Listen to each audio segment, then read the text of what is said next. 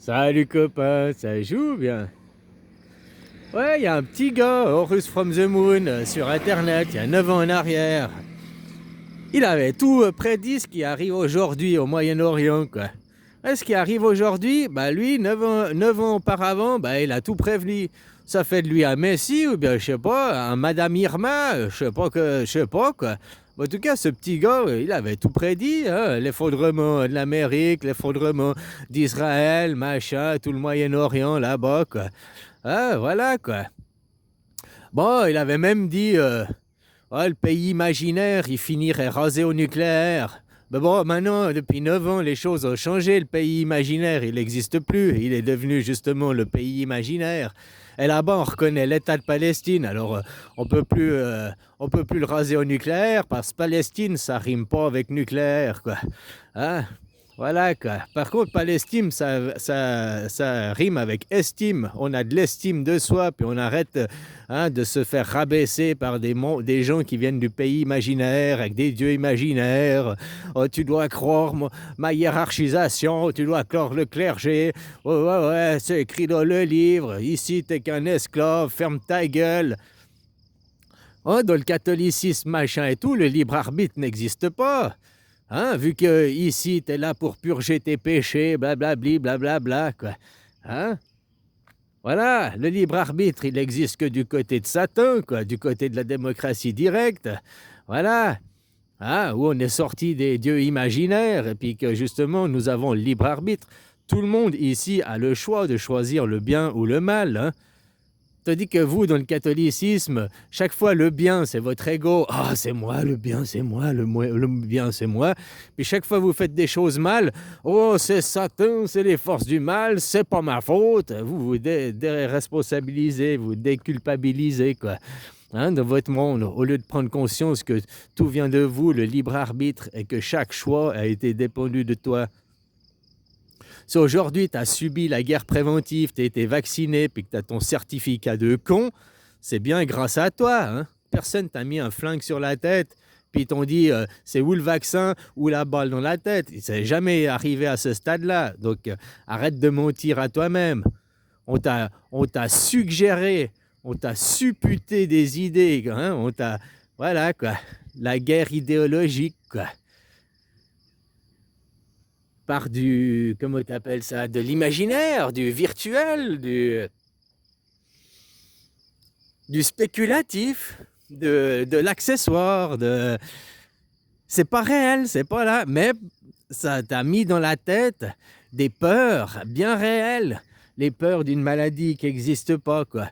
Hein? Puis après, il faut aller se vacciner, il faut aller s'euthanasier, c'est la seule porte de sortie, la guerre préventive, quoi. Tu vois qu'elle a commencé, ça a commencé par une guerre préventive, un vaccin, vacciner la population, quoi. Vacciner les cons. Savoir qui c'était les cons, puis qui c'était les moins cons, quoi. Ou alors peut-être aussi dans ce vaccin, ils vous ont peut-être, peut-être peut-être ils vous ont dit, ah, c'est une vaccination contre le Covid, et puis ils vous ont, comment on dit, Airbnb, quoi. Un neurone. Maintenant, vous avez peut-être 2 neurones. Le monde, il est devenu plus intelligent. Ils vous ont greffé de l'intelligence. Peut-être c'était ça, un vaccin, un booster d'intelligence. Vous êtes devenu moins con, peut-être. Ah, je ne sais pas. Hein. Est-ce que le monde, il est moins con aujourd'hui, en 2026, qu'en 2020 ou en 2021, c'était la vaccination, quoi. En 2021, tout le monde a couru se faire euthanasier pour une maladie qui n'existe pas. Personne n'a vérifié les chiffres, quoi. Le monde, il était très con, quoi. Tout très, très, très, très con, quoi. Si aujourd'hui, la vaccination, machin, il arrivait avec un projet, je pense pas que ça marcherait. Je pense que le monde est devenu plus intelligent. Donc, tu vois que cette guerre préventive, cette vaccination, finalement, ça vous a donné un certificat de con à l'époque, mais aujourd'hui, ça vous a rendu moins con, quoi. C'est comme si on vous avait greffé, injecté un petit peu d'intelligence, quoi. Hein, finalement, quoi. Le monde s'est réveillé, le monde s'est éveillé, quoi. Puis là, on est aux douleurs de l'accouchement. Oh, ils attendent leur grand méchant, mais le grand méchant qui réunira tout le monde, il existe déjà, c'est Internet. C'est Internet, faut pas voir ça. Vous, les gens, ils attendent toujours une personne. C'est comme les dieux. Le dieu en carton imaginaire, ils pensent que c'est quelqu'un, quoi. Hein? Non, le Messia, c'est Internet qui a réuni tout le monde et tout, qui parle toutes les langues, hein, voilà, quoi.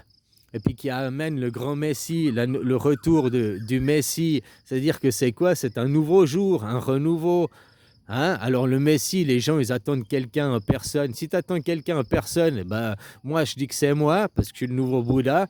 Bon, après, tu vas me dire, c'est toi, ton ego, ta prétention. Voilà, je peux pas te le... Voilà, moi, je dis que c'est moi. Puis autrement, je dis que c'est la démocratie directe. C'est pas une personne. C'est la démocratie directe, le nouveau jour, une nouvelle politique, des nouveaux paradigmes, où le citoyen est vraiment souverain, où il n'y a plus de petits chefs, il n'y a plus de président, il n'y a plus de premier ministre.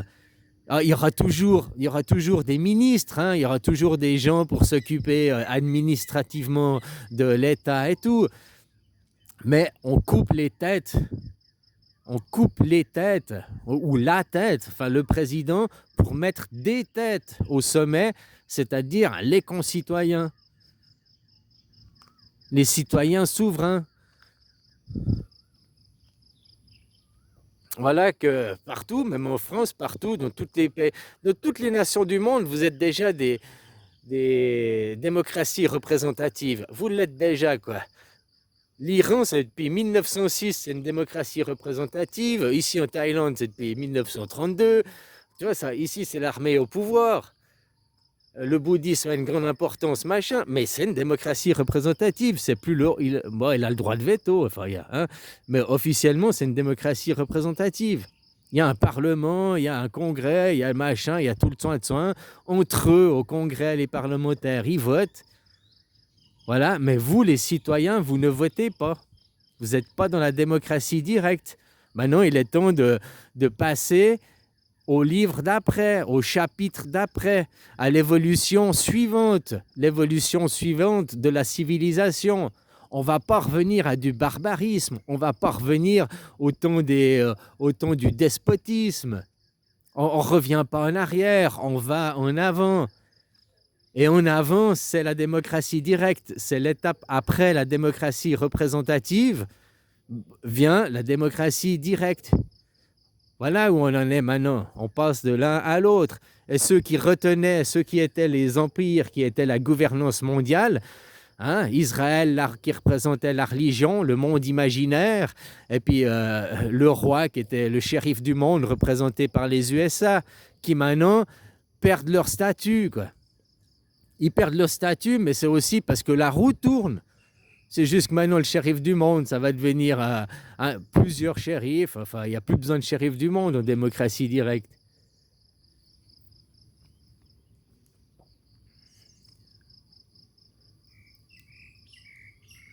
Les guerres, elles existent qu'au nom du monde imaginaire, hein. Tout le monde, il va se battre pour l'imaginaire ou les matières premières. En réalité, ils veulent acquérir des matières premières, des parts de marché, hein, agrandir les frontières. Voilà, hein, ils ont des choses concrètes. Mais tout ça au nom d'un monde imaginaire, au nom de Dieu, au nom de l'imaginaire, quoi. Israël se bat et se justifie au nom de l'imaginaire. Ils n'ont pas de papier, ils ont rien de concret. Tout ce qu'ils ont, c'est ils l'ont volé.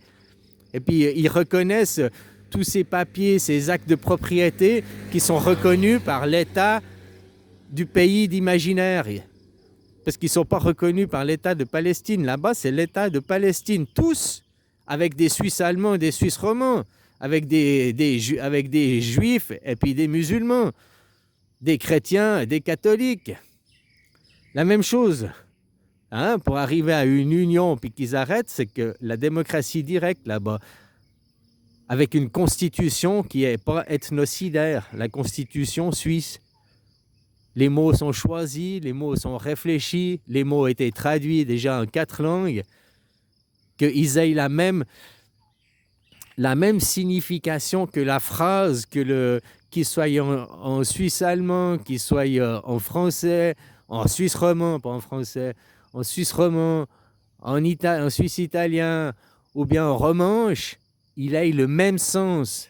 que le mec en romanche ou que le mec en suisse romand, il comprenne le sens de l'article de la Constitution, la même chose, qu'il n'y ait pas d'ambiguïté, qu'il n'y ait pas « Ah tiens, le Suisse allemand, il comprend comme ça, et toi, le Suisse romand, tu comprends comme ça. » Et vous, non, qu'en Suisse allemand et en Suisse romand, ce soit compris de la même façon, quoi.